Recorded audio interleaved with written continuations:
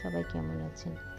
আজকে নিয়ে এলাম চাল কুমড়া চিংড়ি মাছের একটা রেসিপি। প্রথমে একটু চুলায় প্যান বসিয়েছি, একটু পেঁয়াজ কুচি দিলাম, একটু কাঁচামরিচ দিয়ে দিলাম, পরিমাণ মতন তেল দিলাম। ভালো করে নাড়াচাড়া করে বাদামি কালার হলে দিলাম লবণ পরিমাণ মতো,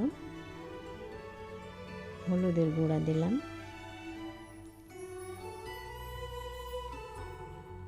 একটু ধনার গুঁড়া,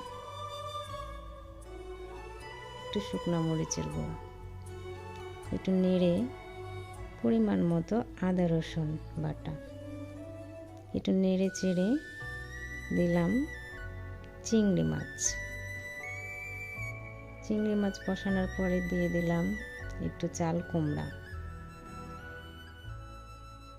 নেড়ে চেড়ে চাল কুমড়াটা ভালো করে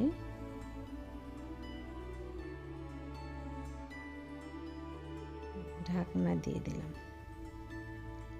একটু পরে আবার নেড়ে চেড়ে দিয়ে দিলাম পরিমাণ মতন পানি।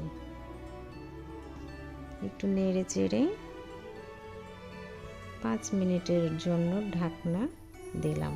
5 মিনিট পর আবার একটু কাঁচামরিচ দেওয়ার পর নেড়ে চেড়ে তৈরি হয়ে গেল আমাদের মজাদার চাল কুমড়ার রেসিপি।